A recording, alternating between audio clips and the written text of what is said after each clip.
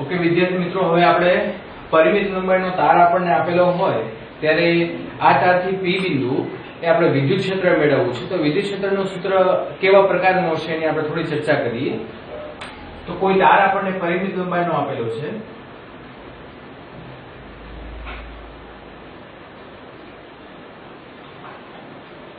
અને P બિંદુએ આપણે વિદ્યુત ક્ષેત્ર મેળવવું છે. તો ઉપરના છેડા વડે ઉદ્ભવતું જે વિદ્યુત ક્ષેત્ર છે એની દિશા કઈક આ રીતની છે અને નીચેના છેડે ઉદ્ભવતું વિદ્યુત ક્ષેત્ર છે એની દિશા કઈક આ રીતે છે. બંને વિદ્યુત ક્ષેત્રના જો આપણે ઘટકો પાડીએ તો આ ઘટકને આપણે Ex કહીશું, આ ઘટકને આપણે શું કહીશું? Ey કહીશું. આમ તો Ey ઘટક છે એ એકબીજાની અસર નાબૂદ કરી નાખે છે, પણ બંનેના જો ઇક્વેશન આપણે લખવા હોય, પરિમિત લંબાઈના તારની વાત થાય છે અને એની ઉપર વિદ્યુતભારનું વિતરણ છે એ સતત રીતે થયેલું છે. મિત્રો, સતત વિતરણ થયેલું હોય ત્યારે આપણે આ એક પરિમાણિક રચના છે એટલે એની રેખીય વિદ્યુતભાર ઘનતાને આપણે યાદ કરવી પડે. તો રેખીય વિદ્યુતભાર ઘનતા છે એના સ્વરૂપમાં એનું સૂત્ર કંઈક આ રીતે થાય છે: Ex is equal to k lambda upon small r બ્રેકેટમાં sin alpha plus sin beta. Alpha અને બીટા જે ખૂણો છે એ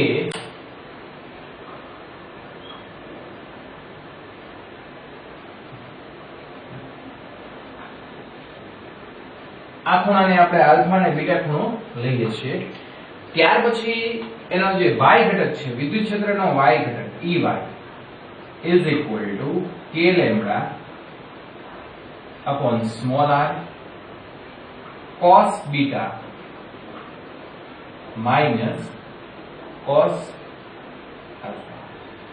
તો cos beta minus cos alpha, beta અને આલ્ફા છે એ અનુક્રમે આકૃતિમાં દર્શાવેલા ખૂણા છે. હવે આની અંદર આપણે જુદા જુદા કિસ્સાનો અભ્યાસ કરીએ. જો alpha is equal to beta હોય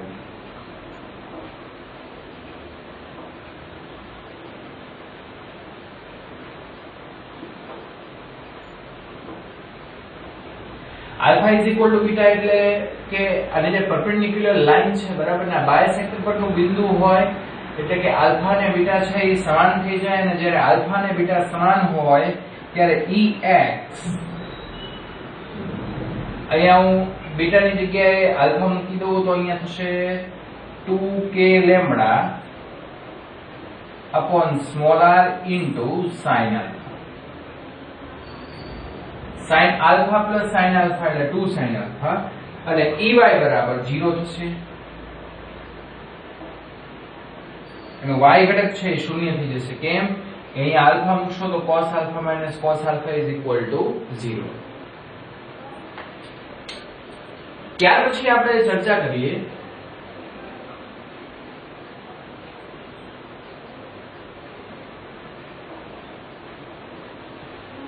જો L tends to infinite હોય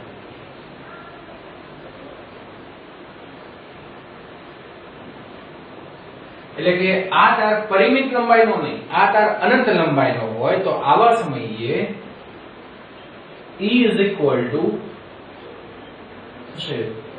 2k lambda upon small r.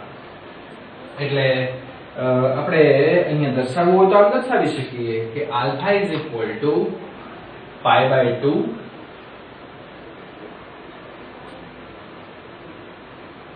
અને beta is equal to 0. Okay,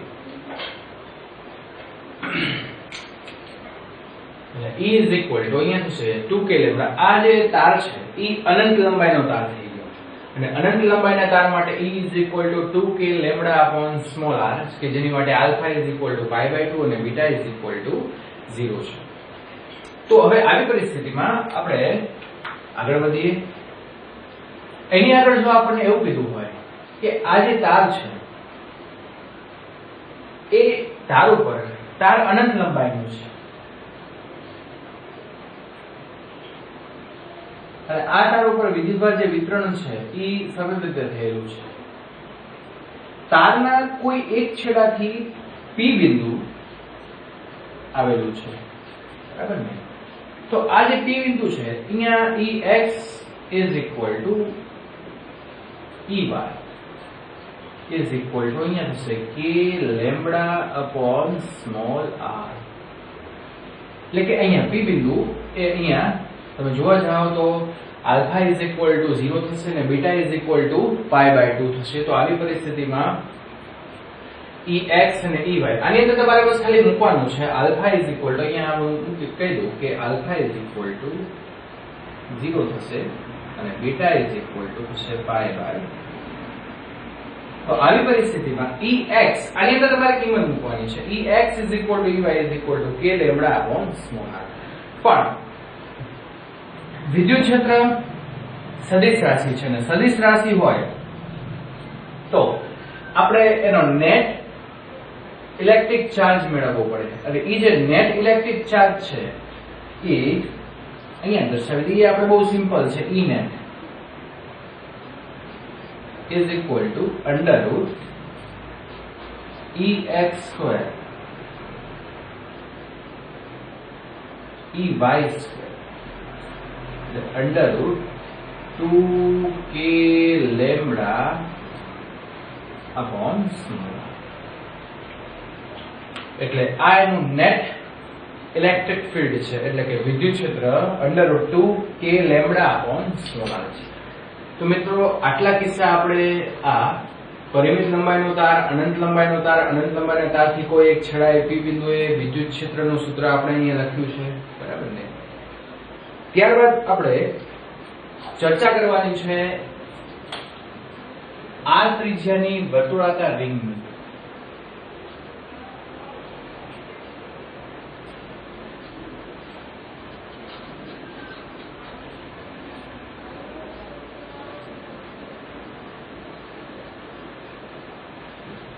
કોઈ R ત્રિજ્યાની વર્તુળાકાર રિંગ આપેલી છે અને આ રિંગના સમતલને લંબ એના કેન્દ્રથી x જેટલા અંતરે કોઈ બિંદુ P આવેલું છે. રિંગ ઉપર વિદ્યુતભાર વિતરણ છે એ સતત વિદ્યુતભાર વિતરણ છે. મિત્રો સતત વિદ્યુતભાર વિતરણ હોય ત્યારે આપણે એના વિદ્યુતભાર ઘનતાને યાદ કરવું પડે. આ x અંતરે કોઈ બિંદુ P આવેલું છે અને કેન્દ્રથી એનું અંતર x આપેલું છે. એની જે ત્રિજ્યા છે એ r છે. જેડબલ્યુ નીટ નો અભ્યાસ કરીએ છીએ એટલે સીધું સૂત્ર આપણે લખી નાખીએ તો કાંઈ વાંધો નહીં. એનું જે સૂત્ર છે P બિંદુએ ઉદ્ભવતું જે વિદ્યુત ક્ષેત્ર છે એ વિદ્યુત ક્ષેત્રનું સૂત્ર E is equal to KQ x upon x square plus r square whole raised to 3/2.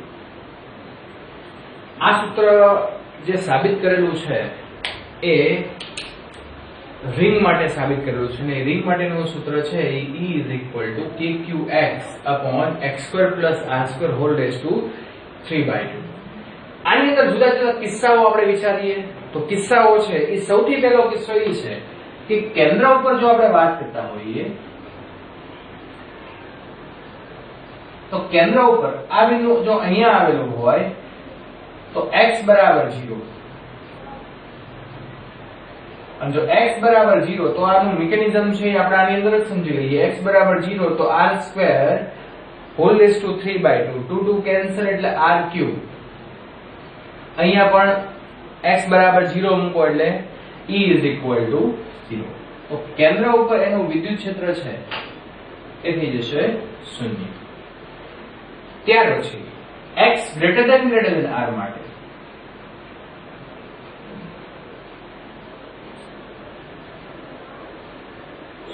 તો x greater than r માટે જો આપણે કામ કરીએ તો આ બિંદુ ખૂબ જ દૂરનું હોય તો આવી પરિસ્થિતિ માટે x ની સાપેક્ષે આપણે r ને અવગણશું અને x ની સાપેક્ષે તમે r ને અવગણો તો E is equal to kq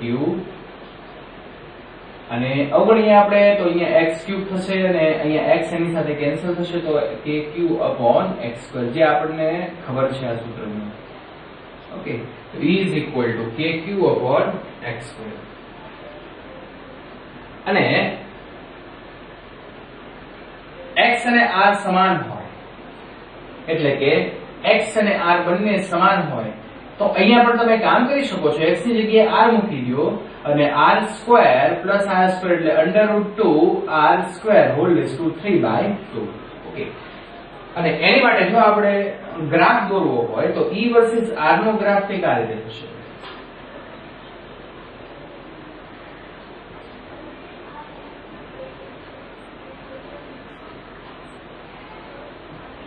કેન્દ્ર ઉપર વિદ્યુત ક્ષેત્ર 0 છે, પણ કેન્દ્રથી તમે આગળ જાઓ એટલે કે કેન્દ્રથી જેમ જેમ તમે આગળ જશો એમ વિદ્યુત ક્ષેત્ર છે એ અંતર સાથે ઘટતું જશે. બરાબર ને? તો આનો ગ્રાફ દોરવાની કોઈ જરૂરિયાત નથી. બરાબર ને? આનું સીધું આપણે કામ જ કરી શકીએ છીએ. E = kq/x². કેન્દ્ર ઉપર E બરાબર થશે 0. ઓકે, તો આ રીતે એનું ઇક્વેશન છે.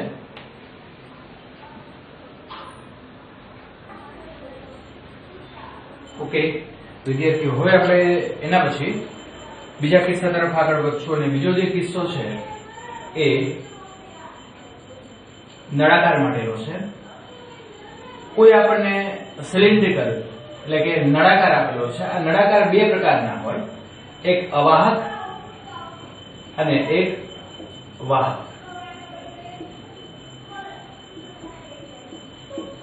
અવાહક નળાકાર હોય એટલે મિત્રો અવાહક એટલે એવું કે જેના ઉપર વિદ્યુતભાર છે એ ગતિ કરી શકે નહીં. વાહક એટલે એવું કે જેના ઉપર વિદ્યુતભાર છે એ ગતિ કરી શકે. તો આ બે પ્રકારના વાહક અને અવાહકની આપણે વાત કરીએ તો જે નળાકાર છે આ નળાકાર ઉપર ધારો કે હું વિદ્યુતભાર પ્રસ્થાપિત કરું છું. અવાહક નળાકાર ઉપર વિદ્યુતભાર છે હું આની પર પ્રસ્થાપિત કરું છું. તો આની પર વિદ્યુતભાર પ્રસ્થાપિત કરું તો વિદ્યુતભાર છે એ અંદર પણ હોય અને પૃષ્ઠ ઉપર પણ વિદ્યુતભાર હોય અને વિદ્યુતભાર છે એ ગતિ કરી શકતા નથી. જ્યારે વાહકની વાત કરું તો વિદ્યુતભાર છે એ જેવા હું પ્રસ્થાપિત કરીશ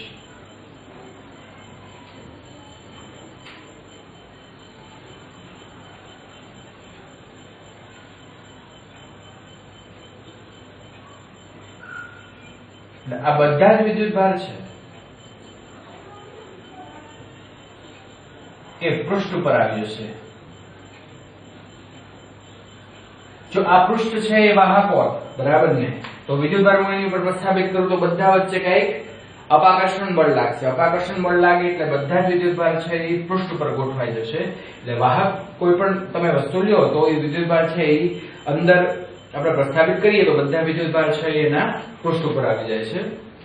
ઓકે, તો આ બંનેના જે ઇક્વેશન છે એ ઇક્વેશન કંઈક આ રીતે છે કે અવાહક હોય તો એની અંદર એનું જે વિદ્યુત ક્ષેત્રનું સૂત્ર છે E = lambda small r upon 2πε0 r². એટલે કે E ચલે છે E ઇનસાઇડ, આપણે ઇન કહી દઈએ, ઇનસાઇડ એટલે અંદરના વિભાગમાં, એટલે E inside = lambda r 2πε0 r². એટલે અંદરના વિસ્તારમાં E ચલે છે r થાય છે. અને આઉટસાઇડ ની વાત કરીએ તો E આઉટસાઇડ એટલે કે બહારના વિસ્તારમાં સપોઝ કે આપણે r જેટલા અંતરે કહી દઈએ, આ એની અક્ષ છે, તો અક્ષ થી r જેટલા અંતરે આપણે વાત કરીએ તો P બિંદુએ વિદ્યુત ક્ષેત્ર E = લેમ્બડા upon 2πε0 તો બહારના વિસ્તારમાં વિદ્યુત ક્ષેત્ર છે એ E ચલે છે 1/r છે. એની ઉપરથી આપણે અહીંયાથી ઓળખી શકીએ. અહીંયા ગ્રાફ માટે આપણે થોડી જગ્યા રાખશું. એ જ રીતે હું અહીંયા પણ આની વાત કરું છું તો અહીંયા અંદરના વિસ્તારમાં કોઈ પણ વિદ્યુતભાર છે ઈ નથી, તો વિદ્યુતભાર ન હોય તો અંદરના વિસ્તારમાં વિદ્યુત ક્ષેત્ર શૂન્ય હોય, અને બહારના વિસ્તારમાં આપણે વિચાર કરીએ તો E out is equal to exactly આની જેવું જ ઇક્વેશન છે λ/2 પાઈ એપ્સિલોન 0. બંનેના ગ્રાફ દોરવા હોય તો ગ્રાફ બહુ સિમ્પલ છે. અહીંયા E વર્સિસ R નો ગ્રાફ. અંદરના વિસ્તારમાં E ચલે છે R છે એટલે અહીંયા સંબંધ સુરેખ આવશે, અને પછી બહારના વિસ્તારમાં E ચલે છે 1/R છે એટલે આ રીતે થશે.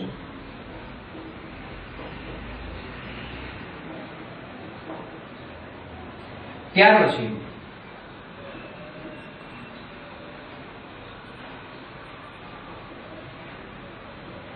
E વર્સિસ R ની આપણે વાત કરીએ તો અંદરના વિસ્તારમાં વિદ્યુત ક્ષેત્ર શૂન્ય છે, બહારના વિસ્તારમાં E ચલે છે. આપણે અહીંયા સ્મોલ r કરી નાખીએ. સપાટી ઉપર હોય તો એની ત્રિજ્યા છે E કેપિટલ R જેટલી હોય તો સપાટી ઉપર અહીંયા કેપિટલ R લખી શકીએ છીએ. તો આનો જે છે એ કઈક આ રીતે થશે.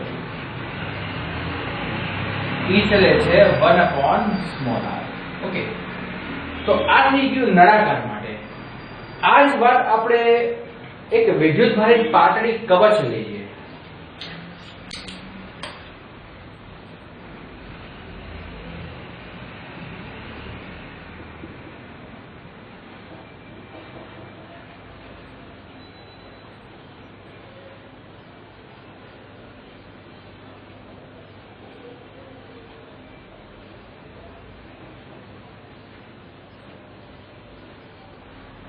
કવચ કોને કહેવાય? તો કવચ એટલે શેલ. જેમ કે રબરનો બોલ હોય તો અંદરનો ભાગ પોલો છે અને બહારનો ભાગ છે એ કોઈ વાહક કે અવાહક માધ્યમ દ્વારા ઢાંકેલો હોય છે. તો આવા પ્રકારની કોઈ વિદ્યુતભારિત આપણને પાતળી કવચ આપેલી હોય તો કવચની જો આપણે વાત કરતા હોઈએ તો કવચ એટલે અંદરનો ભાગ છે એ પોલો હોય, એટલે અંદરના ભાગમાં હવા હોય અને હવા છે એ વિદ્યુતભારની અવાહક છે, એ કોઈ વિદ્યુતભારનું વહન કરે નહીં. એટલે આની ઉપર જે વિદ્યુતભાર આપણે પ્રસ્થાપિત કરશું બધા જ વિદ્યુતભાર છે એ પાતળી કવચના પૃષ્ઠ ઉપર ગોઠવાયેલા હશે.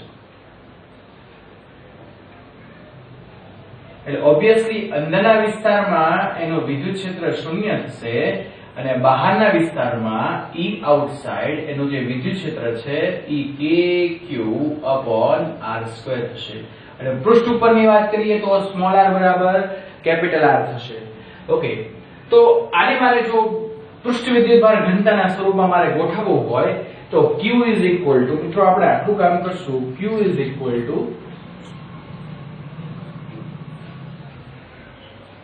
પાતળી કવચ છે એટલે આપણે સપોઝ કે હું અહીંયા સિગ્મા પૃષ્ઠ વિદ્યુતભાર ઘનતા સિગ્મા is equal to એની ઉપરનો કુલ વિદ્યુતભાર q છે અને એનું જે ક્ષેત્રફળ છે આપણે q/a લખીએ છીએ પણ એનું ક્ષેત્રફળ 4πr² છે. એની ત્રિજ્યા છે એને હું r કહી દઉં છું 4πr². તો q is equal to sigma into 4πr². આ કિંમતને હું ઉપરના સૂત્રમાં મૂકી દઉં તો E out is equal to k 1/4πε0. q ની જગ્યાએ આપણે અહીંયા આવશે સિગ્મા into 4πr².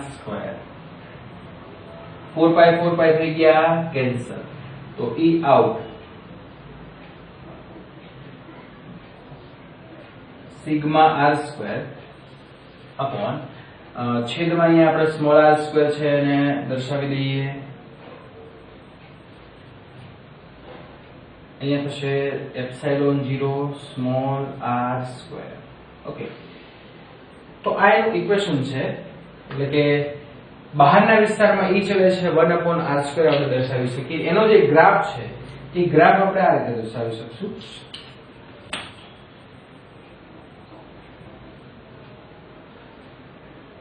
એનો ગ્રાફ પણ બહુ સિમ્પલ. અંદરના વિસ્તારમાં વિદ્યુત ક્ષેત્ર શૂન્ય છે એટલે શૂન્ય આવશે, પછી પૃષ્ઠ ઉપર મેક્સિમમ અને જેમ જેમ તમે અંત સાથે વધતા જાવ E ચલે છે 1/r² મુજબ ઘટતું જશે. બરાબર ને?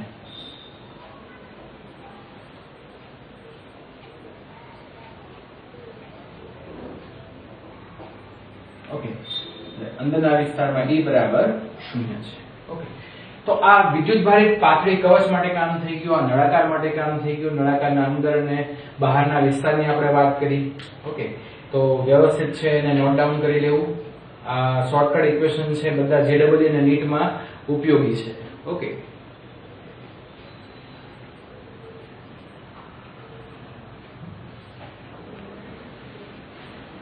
ઓકે વિદ્યાર્થી મિત્રો, હવે આપણે ગોળા માટે કામ કરશું. તો કોઈ વિદ્યુતભારિત ગોળો આપણને આપેલો હોય,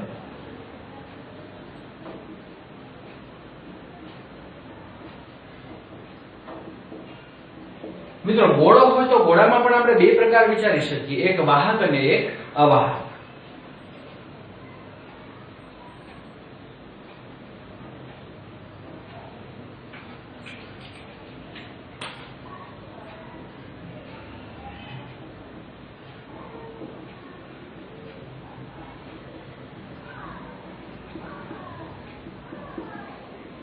વાહક ગોળો એટલે જેના ઉપર આપણે વિદ્યુતભાર પ્રસ્થાપિત કરશું તો બધા જ વિદ્યુતભાર છે સપાટી ઉપર આવી જાય. અવાહક ગોળો એટલે જેના ઉપર આપણે વિદ્યુતભાર પ્રસ્થાપિત કરશું તો એ સમગ્ર ગોળા ઉપર વિદ્યુતભાર છે પથરાયેલો રહે. તો એ પ્રકારે આપણે આકૃતિ જો દોરવી હોય તો આપણે આ રીતે કહી શકીએ.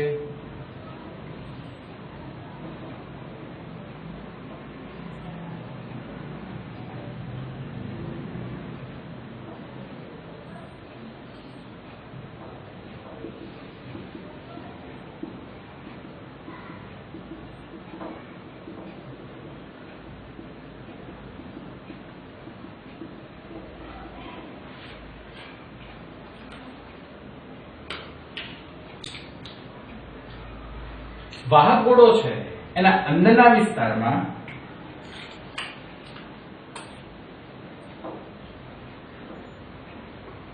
E in is equal to 0 છે, જ્યારે અવાહક ગોળાના અંદરના વિસ્તારમાં KQ into small r upon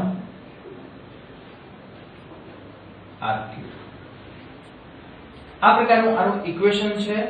તો ઇક્વેશનમાં આપણે k બરાબર 1/4πε0 પણ લખી શકીએ અને બંનેમાં આપણે q બરાબર પૃષ્ઠ વિદ્યુતભાર કલ વિદ્યુતભાર ઘનતાના સ્વરૂપમાં પણ આ ઇક્વેશન આપણે લખી શકીએ છીએ.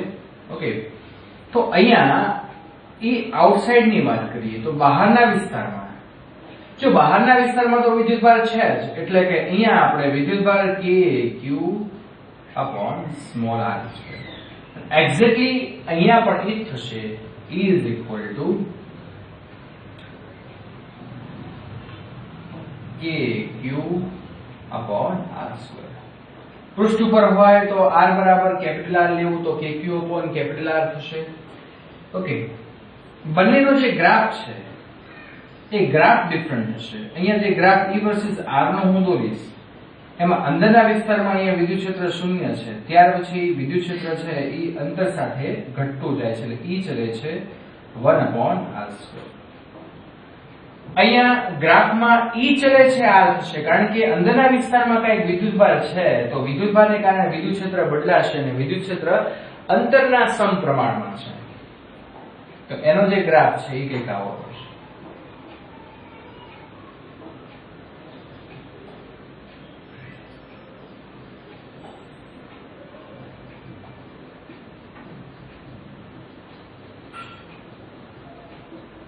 અહીંયા E ચલે છે R મુજબ ગ્રાફ છે સુરેખ આવશે બને છે. તો આ થઈ ગઈ આપણે વિદ્યુતભારિત ગોળા માટેની વાત. ત્યાર પછી હવે આપણે સમતલ સપાટીની વાત કરીએ છીએ.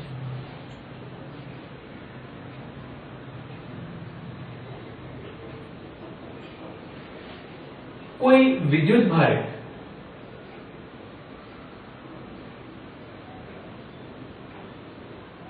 સમતલ સપાટી હોય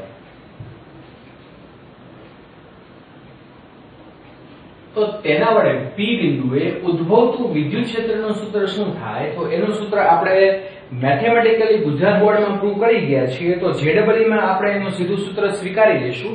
પણ એના જે કિસ્સાઓ છે એ કિસ્સાઓનો અભ્યાસ આપણે કરવાનો છે.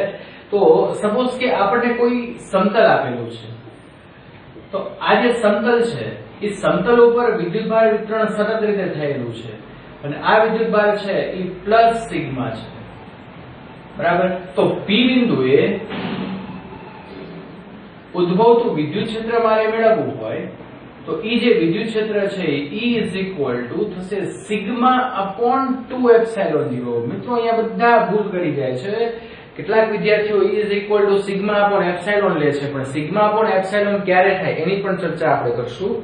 તો કોઈ એક પૃષ્ઠ વડે ઉદ્ભવતું જે વિદ્યુત ક્ષેત્ર છે E is equal to sigma upon 2ε0. હવે હું બે પૃષ્ઠ એવા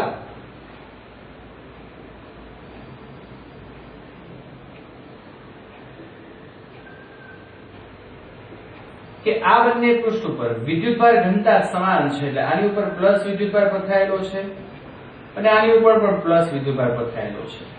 તો મારે ત્રણ બિંદુએ વિદ્યુત ક્ષેત્ર મેળવવા છે. એક બિંદુ P, બિંદુ Q અને બિંદુ R. તો મિત્રો જો આનો વિદ્યુત ક્ષેત્ર મારે નક્કી કરવું છે, વિદ્યુત ક્ષેત્ર મારે મેળવવું છે. બહુ ઇન્ટરેસ્ટિંગ છે, ખૂબ જ ધ્યાનથી આ કામ કરવું. આપણને વિદ્યુત ક્ષેત્રની દિશા ખબર હોવી જોઈએ કે વિદ્યુત ક્ષેત્ર ધનમાંથી નીકળીને ઋણમાં દાખલ થાય છે, તો એની દિશા સાથે આપણે કામ કરવાનું છે. તો જોઈએ, અંદરના વિસ્તારની આપણે વાત કરીએ. આને પૃષ્ઠ 1 કહી દઈએ, આને પૃષ્ઠ 2 કહી દઈએ. તો અંદરના વિસ્તારમાં Q બિંદુએ ધનમાંથી નીકળીને વિદ્યુત ક્ષેત્ર ક્યાં જાય છે? ઋણમાં. તમને એમ થતું હશે કે સામે તો સર અહીંયા ધન વિદ્યુતભાર છે, પણ નહીં. બે પૃષ્ઠ રાખેલું છે, હંમેશા એનો નેચર એવો હોય, કોઈ પણ વિદ્યુત ક્ષેત્ર રેખા હોય કે એ ધનમાંથી નીકળીને ઋણમાં જશે. તો Q બિંદુએ અહીંયા સપોઝ કે બંનેનો પૃષ્ઠ વિદ્યુતભાર ઘનતા સમાન છે, તો વિદ્યુત ક્ષેત્ર પણ સમાન હશે, એટલે અહીંયા E કહી દો. અને અહીંયા આનું પણ વિદ્યુત ક્ષેત્ર ધનમાંથી નીકળીને ઋણમાં થશે, એટલે અહીંયા વિદ્યુત ક્ષેત્ર. બંનેના વિદ્યુત ક્ષેત્ર, બંનેની પૃષ્ઠ ઘનતા સમાન હોય તો બંનેના વિદ્યુત ક્ષેત્ર પણ સમાન થાય. પણ આકૃતિમાં જોઈ શકો છો કે બંનેના વિદ્યુત ક્ષેત્રની દિશા જુદી જુદી છે, એટલે અંદરના વિસ્તારમાં વિદ્યુત ક્ષેત્ર શૂન્ય થાય. એટલે કે બે પૃષ્ઠની વચ્ચે વિદ્યુત ક્ષેત્ર શૂન્ય થશે. આ જ કન્સેપ્ટનો ઉપયોગ કેપેસિટરમાં કરવામાં આવે છે. જ્યારે આવશે ત્યારે હું તમને ફરીવાર યાદ કરાવીશ. P બિંદુની વાત કરીએ આપણે, તો P બિંદુએ ધનમાંથી નીકળીને ઋણમાં, એટલે આની દિશા આ બાજુ હશે E1, અને અહીંયા પણ આની દિશા પણ એ જ હશે, ધનમાંથી નીકળીને ઋણમાં, એટલે બંનેની દિશા એક છે, એટલે અહીંયા વિદ્યુત ક્ષેત્રનો સરવાળો થશે, એટલે EP ઇઝ ઇક્વલ ટુ સરવાળો એટલે sigma upon 2ε0 plus sigma upon 2ε0, એટલે અહીંયા થશે સિગ્મા અપોન ε0. મિત્રો આ આગળ પણ એવી સિચ્યુએશન ક્રિએટ થાય કે નહીં કે અહીંયા આના વડે ઉદ્ભવતું વિદ્યુત ક્ષેત્ર આ દિશામાં, આના વડે ઉદ્ભવતું વિદ્યુત ક્ષેત્ર પણ આ દિશામાં. અહીંયા પણ ER is equal to sigma upon ε0. Okay, બંને ધન વિદ્યુત ભારિત પ્લેટ હતી. આ જ પોઝિશન બંને ઋણ વિદ્યુત ભારિત હોય તો સેમ ટુ સેમ આ જ પોઝિશન, આ જ ઇક્વેશન આવશે. પરંતુ ફરક એટલો થશે કે અહીંયા માઈનસ સિગ્મા અપોન ε0, અહીંયા માઈનસ સિગ્મા અપોન ε0. કેમ કે વિદ્યુત ભાર ઋણ હતા, એટલે સિગ્મા માઈનસ સિગ્મા અપોન ε0. હવે આપણે એવી પ્લેટ વિચારીએ કે બંને વિરુદ્ધ એટલે કે ઓપોઝિટ ચાર્જ ધરાવે છે. તો ઓપોઝિટ ચાર્જ માટે આપણે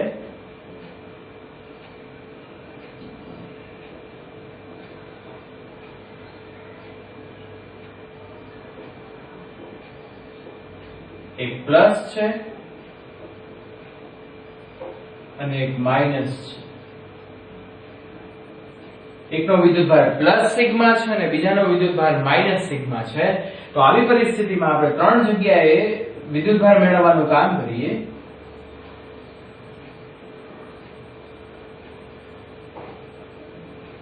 ઓકે, તો વચ્ચેના બિંદુની વાત કરીએ તો ધનમાંથી નીકળીને ઋણમાં, અને ઋણની વાત કરીએ તો ઋણમાં અંદર વિદ્યુત ક્ષેત્ર દાખલ થશે. બંનેની દિશા એક જ આવશે. તો આવી પરિસ્થિતિમાં જ્યારે પણ બંનેની દિશા એક જ આવે તો E ઇઝ ઇક્વલ ટુ અંદરના વિસ્તારમાં વિદ્યુત ક્ષેત્ર છે E is equal to sigma upon ε0 છે.